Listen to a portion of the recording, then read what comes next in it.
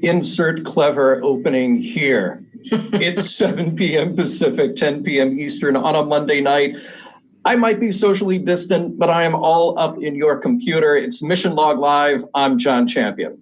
And I'm Rekha Sharma, and coming to you from the safety of an undisclosed location. Before we start, thank you. Thank you to everyone who is probably having to disrupt the normal flow of their lives, but took some time out to be here with us tonight. And we hope that we can offer some fun, some conversation, and a little distraction by talking about this week's episode of Picard. Yeah, and of course, that doesn't mean that current events are off the table. You can feel free to call in and chat about whatever you want. We do want to fulfill our mission, of course, and talk about Picard here as we count down the last 3 episodes remaining until the end of the season.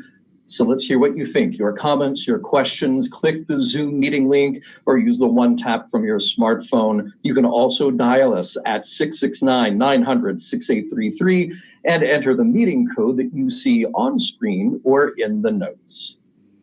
That's right. I want to hear from you, and John wants to hear from you. Probably even Earl wants to hear from you, but I'm not sure because I didn't run that by him before asking it. Hey, Earl, no pressure. In any case, click the Zoom link or use the one tap or call 669-900-6833. And before long, you will be talking to us. Isn't that cool? About Picard, and whatever else is on your mind. Excellent. And people are already lining up to chat with us, which is great. We'll get to those calls in just a moment, but plenty of time for you to call in as well. And let's say hello to the kind people who are joining us in the chat right now. There's Robert, there is Chris, there's Mauricio, there's Peter, there's Paul. Let's see, where's Mary? I know, right? Hey! Boom. There's Dave, there's Aaron, there's other Dave, and let's see here. Other Dave, yeah. David says, greetings, John and Rekha. I almost didn't make it due to a long commute from my kitchen to the living room. So thank you for making that treacherous journey. Eric says, hey, John and Rekha. Chris says, hi, John and Rekha. Social distancing means I get to stay up late and watch live tonight. So thank you very much for joining us. That is great. Alan and Casey and gosh, we're just going to keep funny. John Arminio says his greeting is in alternatively Scottish, Irish, Welsh, and posh English accents. Hello, everyone. Looking forward to talking Trek. So very well said. These are fun. We'll come back to these messages here in the chat in a little bit. So, of course, if you want to get in on this, leave us a message there on Facebook or give us a call or click the Zoom meeting link or use the one tap or dial the old-fashioned way, just like Alexander Graham Bell had to call Watson and Tony Glenn there right away. Hey, Rekha, normally at this point in the show, I do a what's coming up. Right. A lot of that has changed.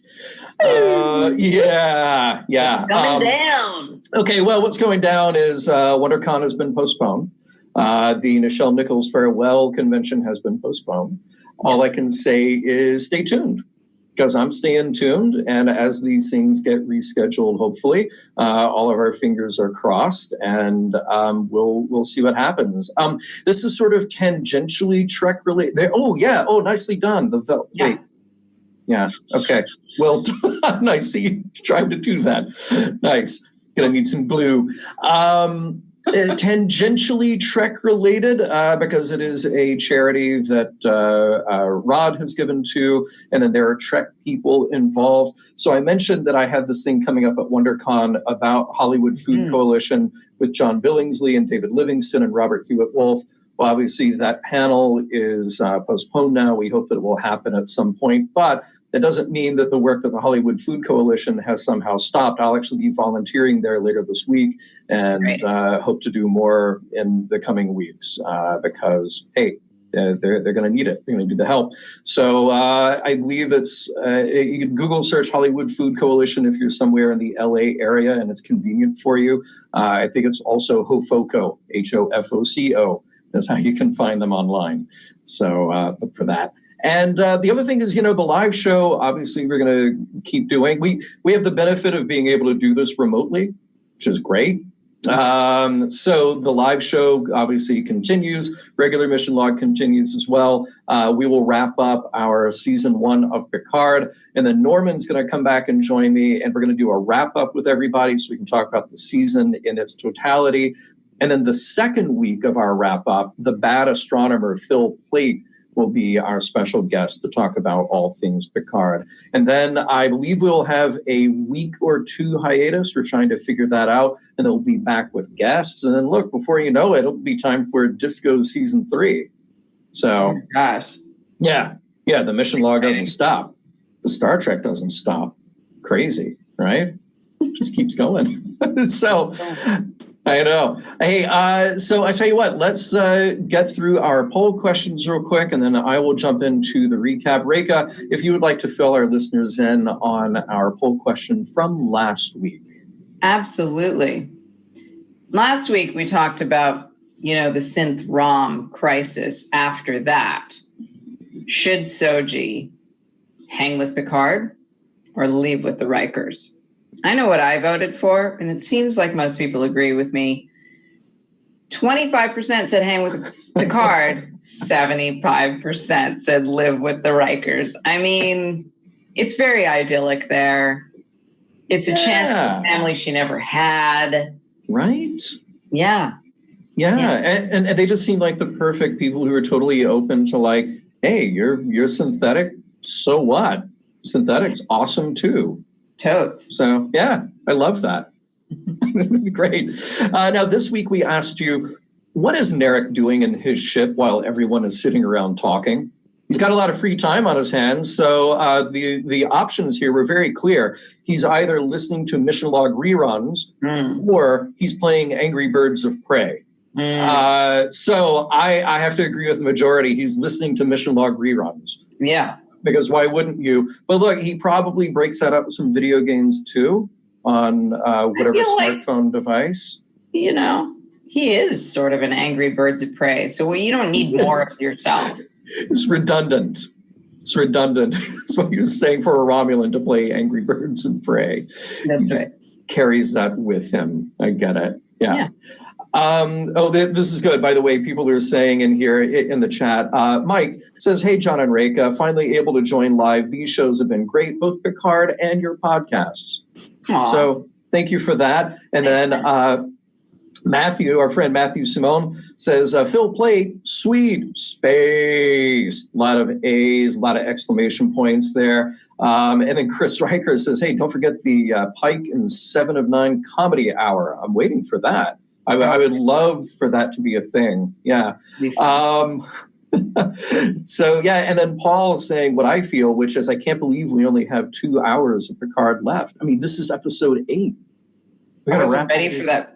I wasn't ready for that math, man. No. No, I really wasn't. I was told there would be no math. So, yeah, 2 sorry hours. about that. 2 hours of Picard. That's depressing. All right. It is. All right. Yeah, we have disco coming up, so that's all right. Then we got disco coming up. Yeah. So I tell you what, I'll do the recap. Boy, oh boy, a lot going on in this episode, and then we're going to get to your calls very soon after that. So if you'll indulge me, here I go. The recap of Picard Broken Pieces. Well, this episode is brought to you by the letter E for exposition. A long time ago, the Romulans found a planet nestled among 8 suns. On it, they found a warning left there by an ancient race about what happens when you get past a certain tipping point with artificial intelligence. If the info doesn't kill you, it might drive you mad like it did Ramda, or convince you to stop any and all development of synthetic life, as it did with O and Narissa. All this Jat Vash stuff was born out of the fear that this ancient destruction would revisit any modern advances in AI, hence the attack on Mars. Meanwhile, on the artifact, poor Eleanor is just trying to stay alive, fighting his way through Romulans until our favorite Fenris Ranger shows up to help out. On La Sirena, suspicion and paranoia run high. Rios is stymied just by looking at Soji. We'll find out why later. Rafi tells Picard that she thinks Dr. Jurati is a spy, and just to drive it all home, she also pulls a weapon on Soji until Picard can talk her out of it. No time for this. Picard goes to his hollow chateau to have a call with Admiral Clancy. After the perfunctory raised voices and expletive, she agrees to send a squadron to meet him on DS-12. Hey, asking not so nicely works. With Elnor and Seven of Nine now on the run from Narissa, who is gathering every Romulan she can in the hunt, Seven has a good idea. Revive the Borg cube and all those dormant XBs to help them out. Only Narissa is on top of this too and has a plan to start blowing the dormant Borg drones into space and just wholesale killing those poor XBs. Seven could reactivate a mini collective here. She could, only it would be re-enslaving those dormant drones. They may not want to come back, and she may not either. Still, time is of the essence, and with Romulans closing in, Seven reconnects herself and activates those drones at the moment Narissa gives the command to eject them into space. Yeah. As Soji and Picard find some time together, they bond a bit over existential questions like, how do you like your eggs? And how Picard and Data felt about each other. Sure, the emotions might have been undeveloped, but Data loved Picard. Then there's the matter of Dr. Jurati. Picard says she'll have to turn herself in at DS-12, but he wants to understand why she did what she did. She starts to explain the story of Commodore O and the vision of destruction, not from the future, but from thousands of centuries ago. Enter Soji, the bringer of destruction, but completely disarms Jurati when she sees what a magnificent work of art she is. Elsewhere, Raffi is trying to put many pieces together. There's the pictogram of 8 circles prevalent in Romulan drawings. There's also the matter of Rios going off the deep end once he saw Soji. Maybe she can get to the bottom of it with all the assembled holograms. She sort of does. Something to do with Rios's old ship, the Ibn Majid, his old Starfleet captain, Alonso Vandermeer. Finally, Rios fills in the rest. They were in the Vate system, picked up a diplomatic envoy of Ambassador Beautiful Flower and his protege, Jaina. Rios befriended them, and then out of nowhere, Vandermeer killed them both. It was a command from Starfleet security. Oh no, oh yes. What's worse, Vandermeer killed himself after the incident, leaving Rios to clean up the mess, literally and figuratively, in order to save his ship. Vandermeer had been threatened with the destruction of the Ibn Majid if he didn't carry out the order. Rios found himself out of Starfleet 6 months later. Family meeting time. Everybody sits around the table sharing their feelings and all the information they've gathered over their time with each other. And Raffi is totally in her element as the conspiracy spinning storyteller. A long time ago, in a remote part of our own galaxy, 8 suns were indeed dragged together to serve as a beacon. Those who found the admonition, as the Romulans put it, would be warned about AI. If you develop it too far, if it evolves, you are doomed. So that's why the Romulans created the Zhat Vash to wipe out all synthetic life. As Data became a thing, they deployed half Vulcan, half Romulan O, who worked her way up in Starfleet security. And yes, the more it developed, the Romulans engineered the attack on Mars to wipe out more. A little while later, enter Beautiful Flower and Jaina, who were Bruce Maddox's creations after he fled. Now the Zhat Vash are trying to find that planet where Bruce created them and Soji and any other AI to wipe it out too. Soji, in a rage, takes control of La Sirena, only to be stopped by Rios and Picard with the plan to go through a Borg transwarp conduit. Back on the cube, Narissa is attacked by more XBs, and oh, come on, she's too evil to really be dead this early, right? On their way, Picard levels with Rios about their mission, about not feeling too bad about Vandermeer. He couldn't have known. Yeah, there are problems all around, but you know what, Picard says? The past is written, the future is not. And they have powerful tools on their side, openness, optimism, and the spirit of curiosity. Now that's a Star Trek. The end. Love it. Well, you know, this is a weird one to write up. You gotta admit, like there's so much exposition, re-exposition, and disparate. This is a weird one. weird episode. You did great. What you do with weird, Mr. Champion. It's like, you know me. Right. Well, look, I'm not fishing for a compliment here. What I want to know, though, just having watched the episode, because your and my close friend James Kerwin, I saw in some comments online saying, like, this was not a favorite episode of his. He's enjoying Picard all along, and I felt like I had really mixed feelings on this one, just purely from like the 30,000 foot view. Did I like it? Did I not like it? Have to admit, I didn't like it the first time I watched it. I liked it a little more when I went back and rewatched it for the recap. I just want kind of your gut feeling here. What do you think went right? What do you think went wrong before we got to our calls? Well, there were a lot of pieces, as you said, and I love how they contribute to the whole story, all the layers and everything that they add. But I did feel like it wasn't sort of a clear sort of emotional journey. There wasn't a really clear sort of through line that hinged everything together in a way that made it captivating to watch.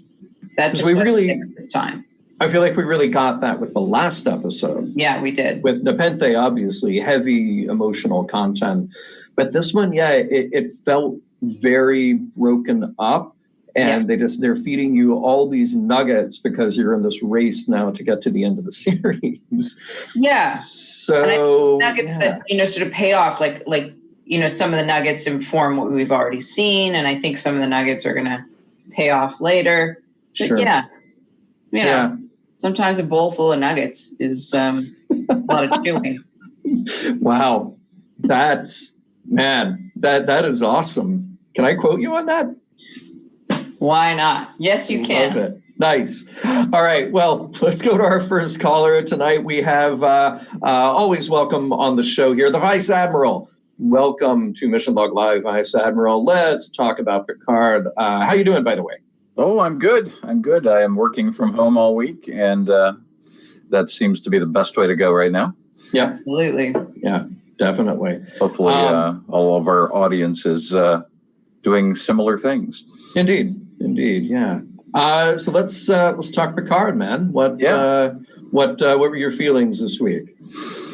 Well, it was definitely an overload of exposition of the kind of things that we have yet, up until now, I had no idea, right? So what some of this was, we had a lot of theories going around as to what could this big mystery be? What could the warning be? What could the weapon be? What could the destroyer? I'm sorry.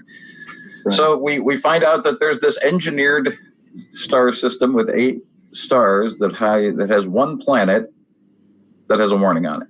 Mm-hmm. Now, the first question you have to have is, did they build the star system first before they got destroyed, or are we saying a destroyed civilization was still capable of building something like that? Oh, okay. Yeah. I see. Well, correct me if I'm wrong here. Part of my impression, and maybe this will be revealed later, is that whatever this was that created that, I mean, it could be extra dimensional. It could be from another galaxy or an even farther out part of our own galaxy. But to me, it seemed like maybe they weren't completely wiped out.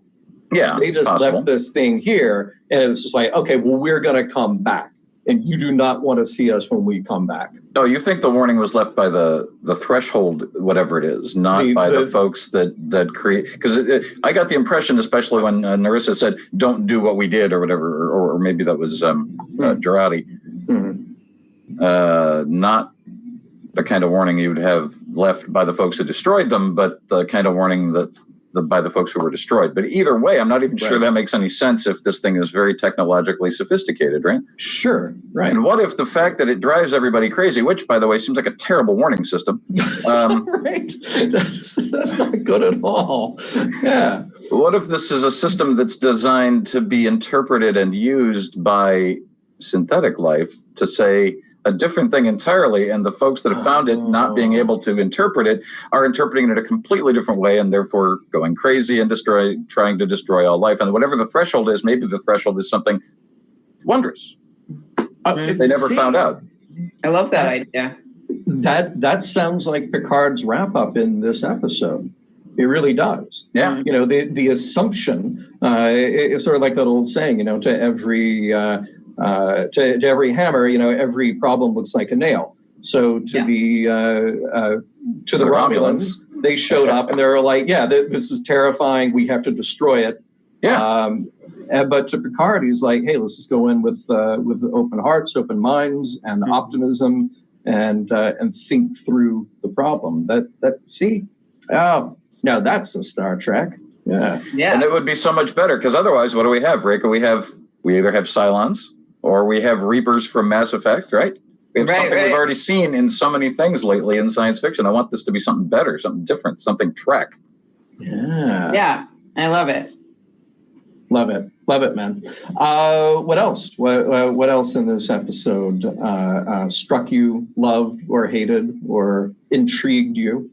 Well, what the other big thing then, if we're going with the conspiracies, is should we be concerned that it's sloppy writing, or that there is something more important going on, that Rios, the one person who might have specifically encountered folks from this planet before, is the one who ends up being there at the right time? Yeah. Is that sloppy writing? Or is it that maybe, of course, I can't think of her name right now. Rafi knew something about this because she is the conspiracy thinker herself, and she had some idea what was going on with his past and picked him specifically because she knew just a hint of what might be in that past. Well, you know, essentially they are friends. They've known each other, but this was a huge blind spot that she knew nothing about. Right, that's the problem. That whole sequence with Yeah. I mean, that's really tough. It would be nice if that was it, but nothing indicates that. Exactly. Yeah.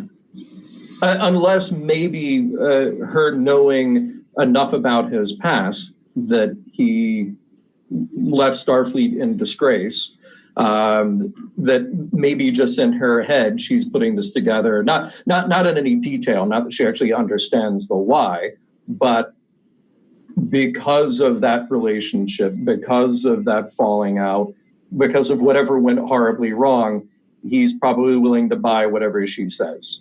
Right, and that seems much more likely to be the case. Not that there's anything specific she knows about this being a coincidence that is kind of far-fetched. Yeah. Right.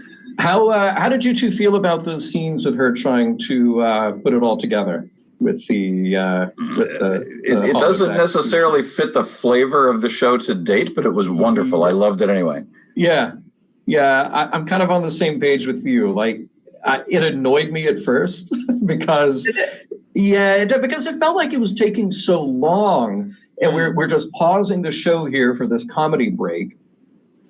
But then after, it's that thing again, watching a show once and just kind of having a weird taste in your mouth from it, but then watching it again, so at least I know that's coming, and I enjoyed it more that second time around. I agree. I enjoyed it right away, and to me, it's like a thing that I really like about Trek. It's like I wait for those comic interludes. Yeah. You know, or comic episodes or whatever, you know, it's like it needs to be in there. Yeah, I mean, you need some levity. Everything going on right now. Need it. Yeah. You needed some levity there, no question at all.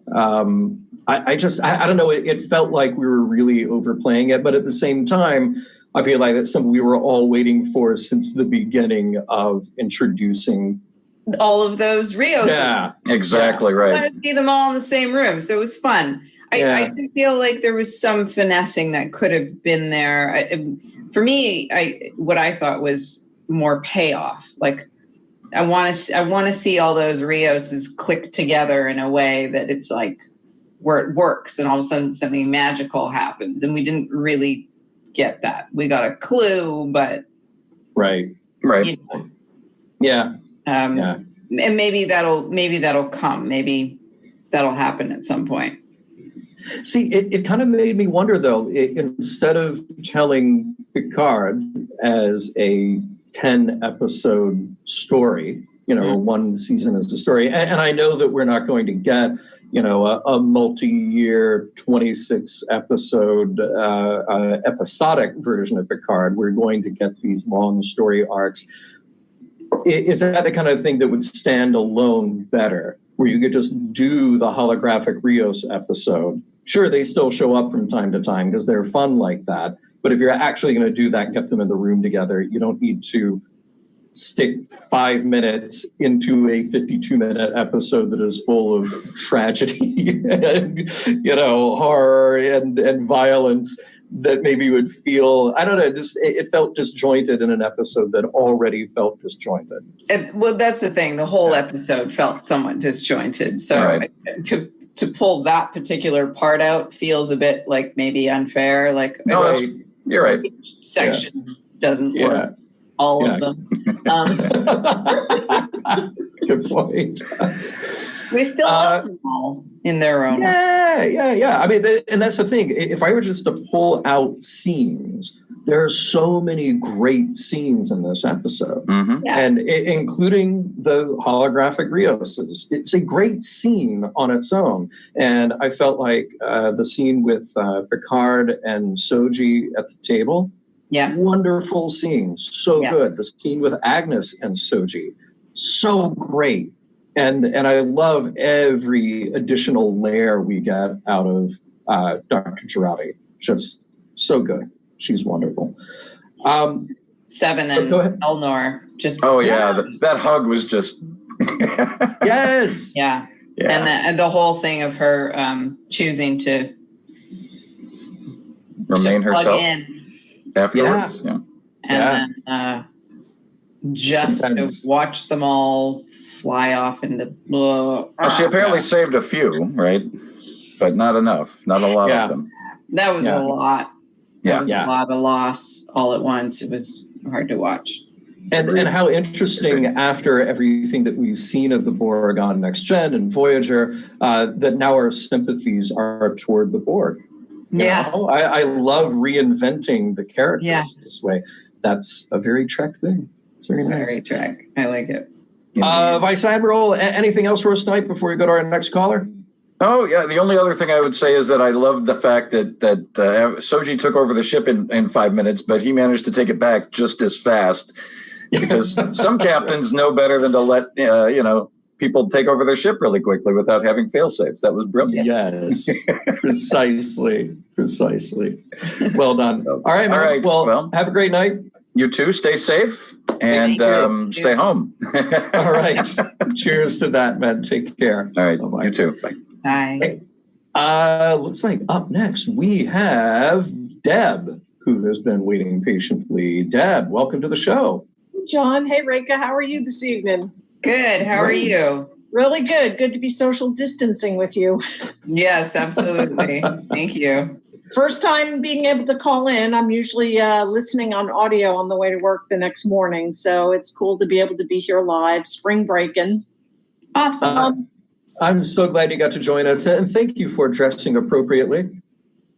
Yes. Wouldn't have not. You got extra points from Rekha just for that. Yes. Awesome. So what's on your mind? Talk to us about Picard. Yeah. A couple things. Number one, do we think Clancy is just being taken for a ride by Commodore O, or do we think that she's part of it? Rekha, go first. I thought taken for a ride. Yeah. It didn't occur to me that she could be part of it. The way I felt about it at first, when they first introduced her, I just thought she was going to be the Admiral. And this episode turned me around on that. This episode made me think like, okay, she allowed herself to not be skeptical enough about Commodore O. She allowed herself to be scared by whatever Commodore O was feeding to them. And I think there's room for redemption here. And it was interesting. Somebody in the chat had mentioned something about kind of saying like, oh no, not another Starfleet conspiracy story. And I agree, because I do not love conspiracy stories to begin with. Well, I mean, some more than others. But I don't want to see that just being an ongoing theme in Star Trek. Whenever we need something epic, we create another conspiracy story, and that's what we do. I feel like we've had that. I feel like, and I hope, that this is a little bit different, where it's not just a whole bunch of people got together and decided to do something evil.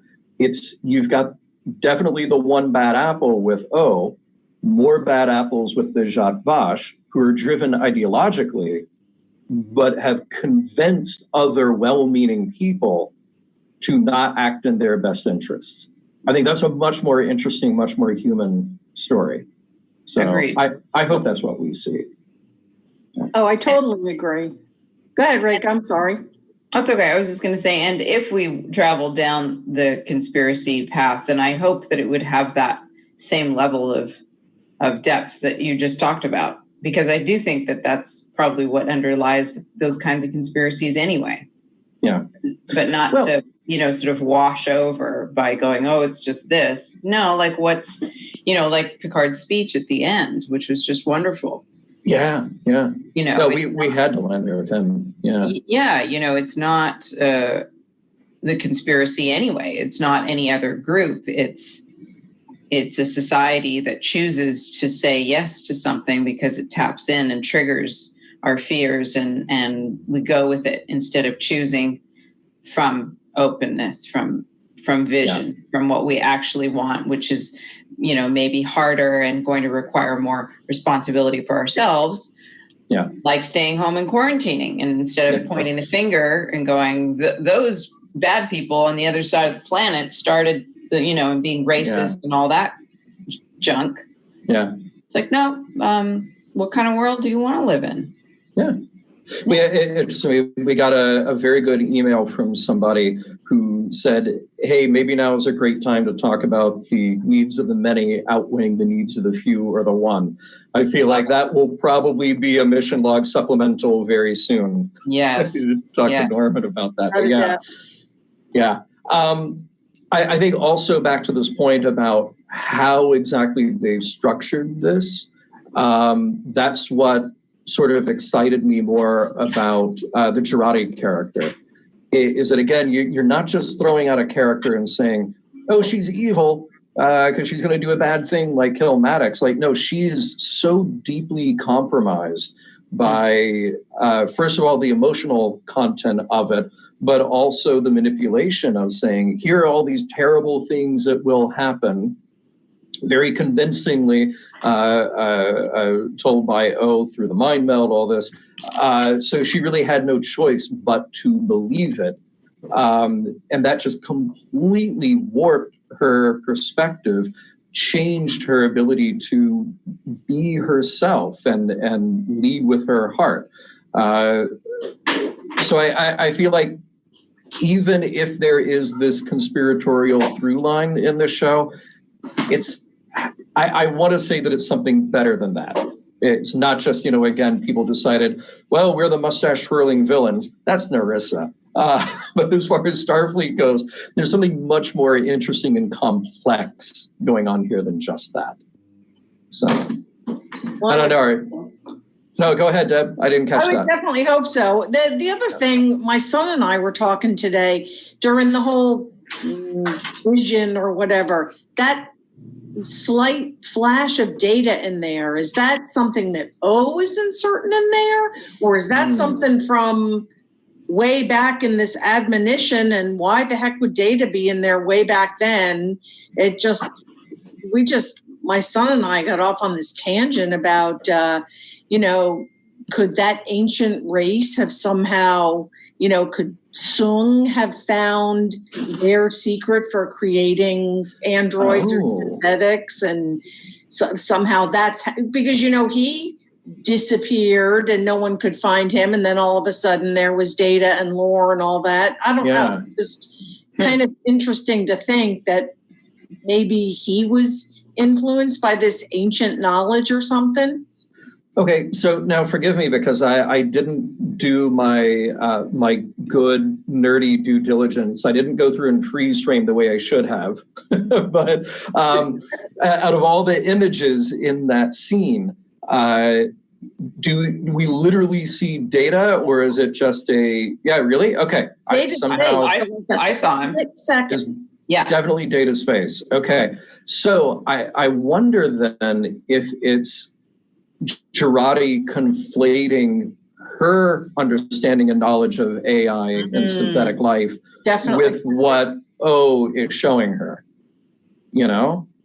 Could that definitely could be. I'm in the middle of reading that Last Best Hope, that prequel novel, and I think maybe that's definitely possibly true also.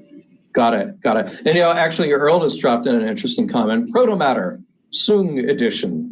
So cut it to your point. Do you have? Is there something that is consistent in synthetic life, even from way back when, that sort of emerges or expresses itself, even centuries, thousands of years later, as a guy like Sung is putting together his version of that?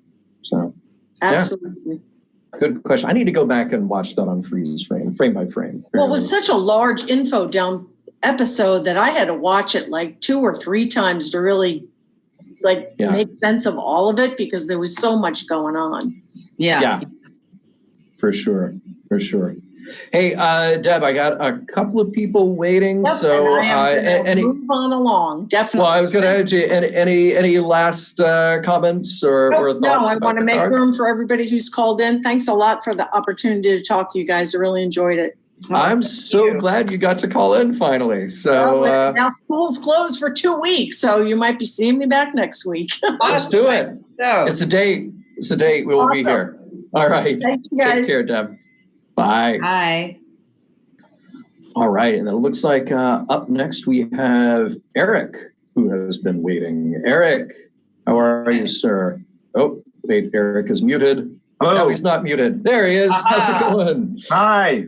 I'm nervous and excited. This is pretty cool. I've never done this before. Oh, well, hey, welcome to the show. No need to be nervous at all. Yeah. I can't remember when I was not watching Star Trek. I'm 42 years old, and I don't know. I can't remember when I did not watch Star Trek. So this is a lifelong passion. So let me ask you about that real quick. What was your Trek? What started you off down this path? Sure, it must have been some movies, but they may have been in reruns by then. I'm not sure. So I'm 42. So in 87, I think is that when Next Generation came out? Was 87 maybe? Yeah, sure was. I would have been 10. So I don't know if I could have very well have watched. I don't remember when I started watching. I just can't remember. It's just been a part of my life, just completely. I can't remember when I was not watching Star Trek. That's cool, man. We're kind of in the same boat with that, because for me it was TOS. I'm just slightly older than you, but for me it was TOS, and I remember being so young that I didn't make a distinction between the show, the cartoon, the toys. It was just stuff that was around, and that was just part of my sort of the bedrock of pop culture for me, Yeah, and I also watched TOS. It's all a blur, but certainly I do remember my mother wanting to get to know me, so she watched TNG with me.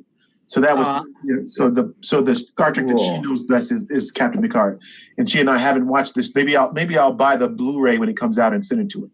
Oh, nice. I have been really appreciating the new show. There's not a whole lot that I don't like about it. I know that it's been challenging for some because it pushes against what people imagine is the Roddenberry vision. I'm a fan of pushing against it, not because I don't think it's important, but because I think without that it gets stale, and a show without internal conflict with characters without internal conflict, it's just really not all that interesting. And so I think that we have to keep pushing. And certainly this episode with Picard's speech in the middle of it, maybe perhaps more than halfway through it, was demonstrating that it's now turning a corner. And this is a novel. This is not a singular story, but this is one chapter in a larger novel. And the only way to really see the picture is to see it all. So we have to kind of stick around and wait for it to come, and be patient. And so I think that the story is actually quite interesting. I'm not sure what to do with the great secret at the middle of it. That's, mystery box TV never quite, it's always our anticipation of what's going to happen is in many ways more powerful than whatever happens at the end. I think there have to be a few more surprises. I thought Nepenthe was wonderful, a great respite for us. The plot kind of stopped a little bit, and we got a chance to see some old folks that we'd known before. And I think they were beautifully used to tell the story. And we've gotten something really new about them that makes their characters really interesting. And the acting was excellent. I mean, Marina Sirtis and Jonathan Frakes were just powerful. And they both took their shots at Picard, which was just, I thought was great. Yes. And one of the, if you remember, one of the more subtle ones was when Riker is making pizza, he says, sure, as if not knowing what's going to happen helps us protect the people that we love. It was just, and just the reaction that Picard gives, just a small realizing that he, that did not land well with Riker. It was just really well done. Yeah. I'm excited to get to the end. I thought this was a huge plot dump, right? They dropped a lot of plot on us, and so I've watched it I think 2 or 3 times, and I could watch it a couple more times certainly. One of the things you were talking about before was that opening sequence. I would assume that the opening sequence was historical in a sense, not someone else's, not Girardi's memory. So they did not set it up where I think, correct me if I'm wrong, it opens with just that sequence. It doesn't set us up to think that it's Girardi's memory. Right. No, but you're talking about the scene with the Romulans gathered for the admonition. So that was however many years ago that those Romulans had gathered to see that, right? Then they decide, okay, we're going to carry out the Mars attacks. Sorry, how to do that. And then, what, Rick? Have you seen Mars Attacks, right? No? I got it, yes. It's Tim Burton film? Right now, okay. Oh, it's so funny. Thanks, I think. Yeah, it's pretty weird. Yeah. Everybody's in it. It's so awesome. And weird and gross. What we were seeing is what the vision that they got from thousands of years ago implanted into them 14 years ago. And then here's sharing that. But perhaps manipulated that a bit in order to share it with Girardi. So this is, a long game of telephone. I saw David's face too, but it did raise a question for me. Why is David's face in there? It'll be interesting to see if they explain it. If we get a sense of why. It's hard to believe that we won't see Brent Spiner again. It's hard to believe that we won't. The way in which he talked about his role in the show tells me I'm kind of waiting to see him again. So that's the first time we've seen him again since the beginning. And so I'm expecting that we will see Brent Spiner. I'm expecting that we will see, they just dropped some photographs, that we will see some other sentient with androids, some synthetic androids before it's over, that are not the same model. I was imagining that this was a Rekha. It's just kind of really cool to be talking to you from Battlestar Galactica. I was imagining that this was that there may be a similar plot point. That perhaps the Romulans, the big secret that the Romulans are hiding, that they are some synthetic life form. It seems like that's not the case, but that would have been interesting to me, and could have been told in a Star Trek way that would have been very, very interesting. If that was the deep secret within a secret that the Romulans have been protecting, and not even known in themselves. About right. Yeah. Interesting. Yeah. See, the thing to me that's so interesting about this is I kind of go back to something that we had talked about on Mission Log a lot before. We were trying to pick apart what is Data's essence. They say, well, he doesn't have emotions, and he says, I don't have emotions, but he does. And then you get to an episode like Measure of a Man, where we're trying to decide, does he have rights? Is he an object that can be taken and studied and taken apart and replicated and blah, blah, blah.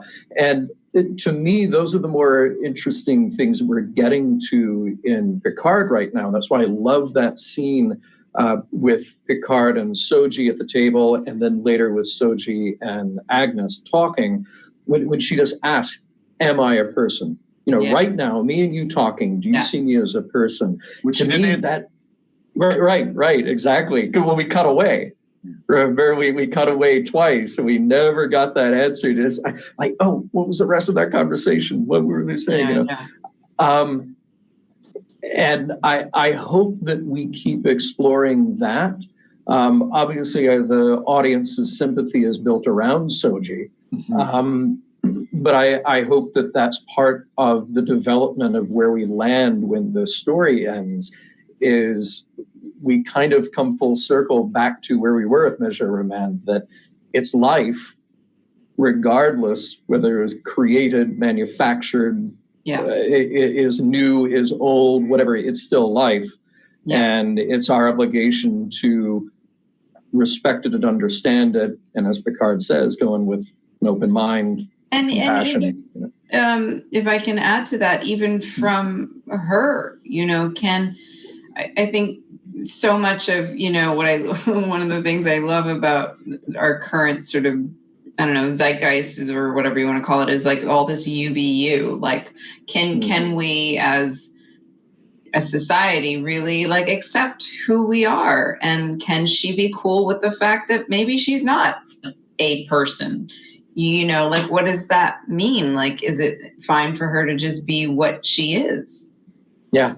And because Data always longed to be more human. And it's like, well, just be cool with what you got, because it's amazing. Right.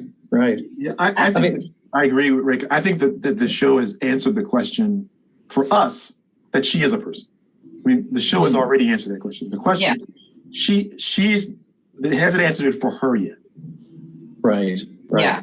Right. She doesn't know the answer. But it's in there, that longing to be something other than what she is. And which people do. At least that's what I right. Yeah. Yeah, and that's what we all struggle with. We all want to be a better version of ourselves, and there's a part of that that's healthy, and then there's a part of that that's just idealistic and like, love yourself for who you are, and like, trust that you were made to be awesome, like, with your faults. Yeah. Well, they keep coming back to that theme in this show about the perfectly imperfect. Yes. And I love that the scents are more perfect the more imperfect they are. So they've definitely hit on that theme, and I bet we'll see more of it. I liked, there was that one line that she had where Picard asked her if she liked the food, and she said she doesn't know, because it's now a complicated question. Like, up until this point, she wouldn't have questioned it, but now it's a complicated question. Yeah. Do I actually like it, or is that just a result of my programming? And I sort of want to be the one to reach. Right. Well, I want to be the one to reach through the TV. Period. Exactly. And say to Picard, you're the same thing. We're all a result of our programming. Exactly. I can't go back to what I was doing 20 years ago, but whatever happened, whatever I was doing 20 years ago or 30 years ago, whatever has an impact on who I am now. I am a result of my programming on that outside influence. And that tells me how I like my eggs or not. But this part of what makes this work to me is that this is almost written by one person. And Michael Chabon has written not every episode, but he's the through line. And again, back to the idea that this is a novel. He's trying to say something throughout the whole piece. It's not a series of people trying to say something. It's a community of people trying to say something, and he's driving the ship. Which actually scares me a little bit because he won't be driving the ship next year. So next season, that worries me because who knows what's going to happen. But it's clear that there are ideas here that are being developed throughout the series or throughout the season that we can concede are connected about personhood, about his failure, Picard's failure to be the person that he believes that he is, that he said that he is. I mean, we see him. Yeah, and I love that recognition in this episode of his own shortcomings and that similarity that he had with Data. And again, it humanizes both of them. Which is why Patrick Stewart it required something new. I mean, because he said, I've done it already. If you don't come up with something new, then I don't want to do it again. Yeah, for real. They're definitely hitting on a lot of new, which is excellent. Hey, Eric, your comments are awesome. Please call back because we've got at least a few more weeks of talking about this and even beyond. Love for you to chime in again, okay? Thank you so much. Excellent. Take care, man. Thanks, Rekha. Be good. And next up, looks like closing out the show tonight, we've got David joining us. David. Hello. Hey, John. Hey, Rekha. Hey. How's it going? Hey. So I got a couple things. Number one, the lighthearted one. Well, they're both really lighthearted, but the Borg transwarp conduit system, okay? I thought 7 obliterated it. In Voyager, in Endgame? Yeah, exactly. Oh. So I don't know. It's still there. Maybe she just wasn't as successful. I don't know. I just thought I'd point that out. Do we know that is there only one? Could there be more than one, or is it a thing that is more of a construct? Like they could actually essentially use because there's about this being a part of subspace that she was accessing. Can they just sort of open that up? It's not necessarily like a thing that exists once and then you destroy it and it's gone forever. I don't know. I have to go back and watch Endgame. Man. That could be the case. You could be right. Or maybe she just couldn't get it all. I don't know. But I just thought I'd bring that up. Anyway, the other thing is I got to really congratulate you on your choice of co-host because I have a question for Rekha now. Oh, I thought you were congratulating Rekha. No. John's really great. I just found him on the street one day. Like, you're clever. It's really her show. Yeah. Well, in any case, so with Soji, okay, I think I'd really like to get your take on where she's at because of the fact that you played a character that kind of came to the same point. Right. And what do you see in her portrayal and compared to yours, that kind of thing? Right. Well, it is really interesting, I mean, choosing to come on and do this podcast. I, of course, had no idea that the plot line was going to be similar to something I had to play once. And it's been fun to revisit that and go, oh my God, the difference being is that I had to wake up to the fact that I was the enemy, that I was the very thing that I've been fighting. And that's not the case here. A lot of people have made the sense the enemy, but she didn't actively spend her life trying to kill synths and to preserve humanity, and then wake up to the fact that she is one. So I would say that is the biggest difference. But I certainly, as Tori, contemplated the similar kinds of questions of like, well, what am I? And what even is inside of my body? Like, what's in here? Like, well, it's frightening to think about. And I would say what's different about Tori versus Soji, well, a lot of things, but one is that Tori was the quickest to embrace it. They needed somebody to be that person who was just going to go, okay, this is what I am. And, maybe that speaks to what I just said a little earlier. Some exciting things going on over there, of like just accepting who you are and appreciating it. And, her character is,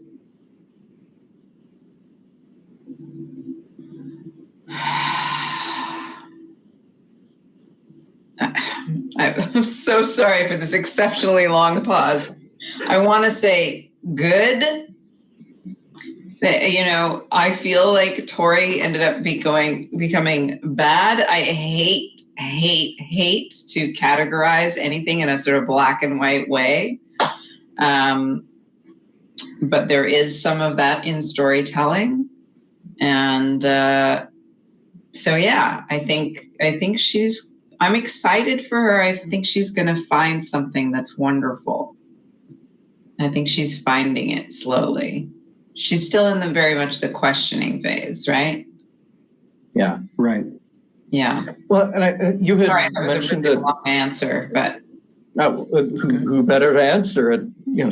But you had said something when you joined Galactica. Obviously, you had no idea that that's what was in store for that character. So you're just playing this,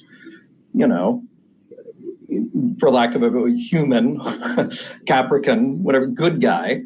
And then these reveals then get a shade. Obviously, a show like Picard, all kind of plotted out ahead of time. So they know, and right away with Soji and with Daj before her what's going on there. That would be an interesting question to ask Issa. I mean, I'm kind of curious about that anyway. Yeah, and I don't know. I don't know how much she would know in that first. Yeah. I mean,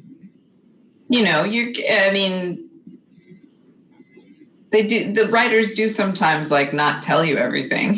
Yeah, right. Yeah. She was probably given a Bible, so she knew the general thing. Yeah. But she may not. She may not know when she's doing episode 1 what her character is going to go through in episode 10. Right. Because sometimes you're still figuring those things out as they go. Sure.